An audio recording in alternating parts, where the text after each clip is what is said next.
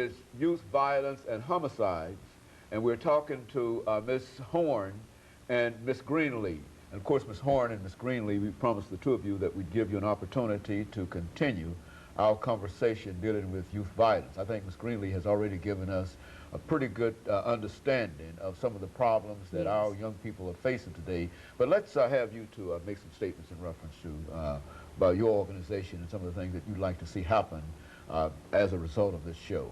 Well, what I like to see happen is I like to get more people to get involved with us, get involved with the community, to get involved with Galaxy Star, all the youth to get involved, and I like for the community to get involved with everything that we're doing. And I would throw a number I want to give out. If you need to contact us, contact Mary, 573-6525, or contact Ms. Greenlee at 589-8984, and we're here to help. But I'm asking everyone, and I'm asking volunteers to get with us and help us to help our youth today, because there's too much crime and violence going on in this world. You know, I haven't had a loved one to die from crime and violence, but I did have a loved one to die, my brother, from dealing in an activity as playing in the band on his way back home. So to me, that still was devastating to me by him dying. And of course, Ms. Greenlee, you've had some personal experiences in reference to all of this, and let's see if you want to talk about that. Oh, yes. You know, first of all, just let me say this real quick, that you remember the saying, it takes a village to raise one kid. That is true. So everybody, please keep remembering that. The 13-year-old, at the age of 13, I said I had a baby. The baby was a boy. His name was Rodriguez Donnell Greenlee. December the 8th, 2003, my son was murdered, cold-blooded murdered in the streets of Seller Court, Sam Levi Projects.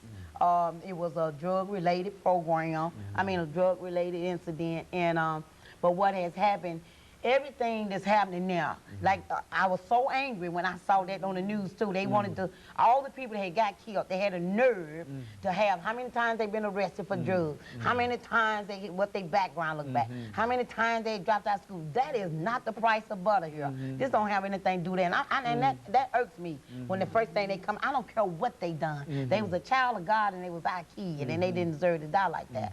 So when my son got killed, it changed my whole life. That was my only son. So what has happened now, I urge these young kids now to leave these gangs alone in this gang memory. And you know, they told it was 300 people at my son's funeral. They came to me and they said, Miss Greenlee, we sorry. I got your back. Your son, that's my road and all that. And when it's time for me to go to court, did nobody show up for my son?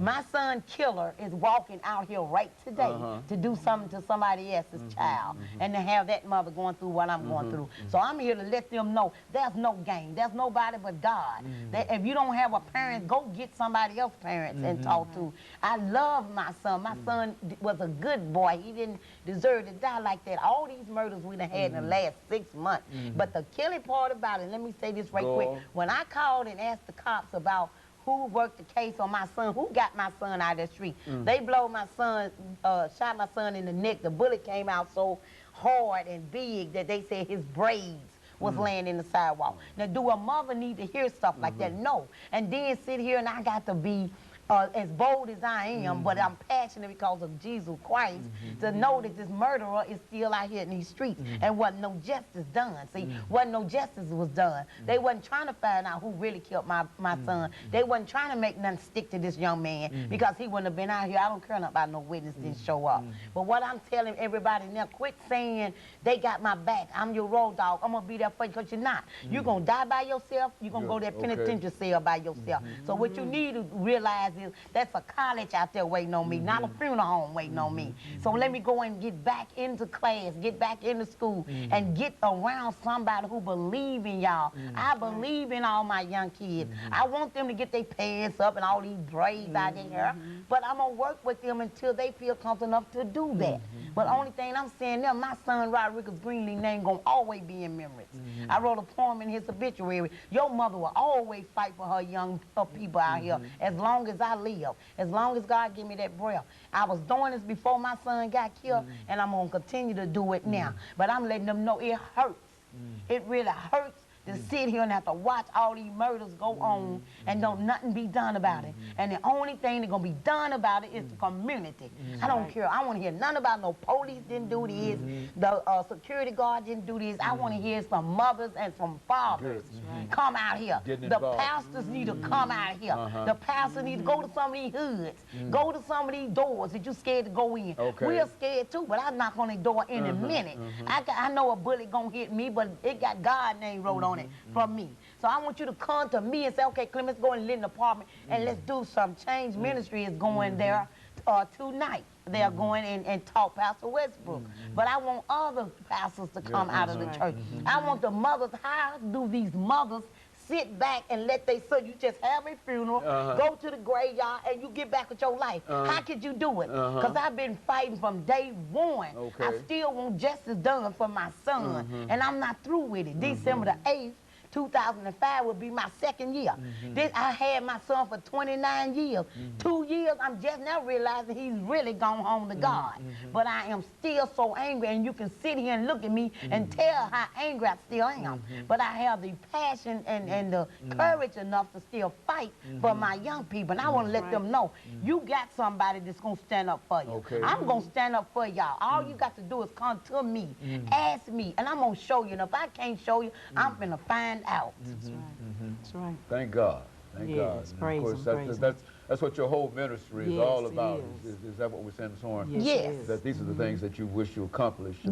Make people aware of what's going on. And people not just assume that everything is going to be all right, and eventually the murder rate goes up and up and up. And some of these, and I like what you said, Ms. Greenlee, about some of these young people that such a tragic thing has happened in their lives, but you also said that they don't even have any idea about what's going on. They don't have a clue. They don't have a clue. They don't have a clue. They thinking they bad. They done gassed them up back there. You know, I bet you won't shoot them. I bet, man, I wouldn't let them do that.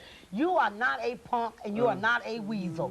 So you sitting there letting them keep gassing you. Man, if I were you, I wouldn't take that. If I were you, you better take it and walk off. Because when you kill that person, you took that person off earth, you took yourself off earth. Because you're doing 20, 30 years or life in prison, and you done took your freedom away, and you done took everything that your parents even tried to tell you away. So this is what I'm asking them to realize: quit doing that action first, and then all of a sudden, man, I better not get no time. I bet, yeah, you're gonna get some time, because you done did what you got. That's your consequences. So when you sitting up there and you let somebody gas you up, you better think a second time before you pull that trigger, because you just took somebody's life that won't never be back to come back. And what's so angry about it, all the ones that are killing each other are black on black crime. And I got to say that I ain't prejudiced at all. But when them white folks do go kill somebody, take 15 out at a time. You guys are going around here plucking out one person at a time, one person at a time, and it's unnecessary. So if they give me one good reason, why did you kill that man? Man, he robbed me. Man, he took my dope pack. Man, he was with my little woman. You don't even know how to spell the word, you know, so you're sitting here and ending your life, and you wonder why we don't have black leaders.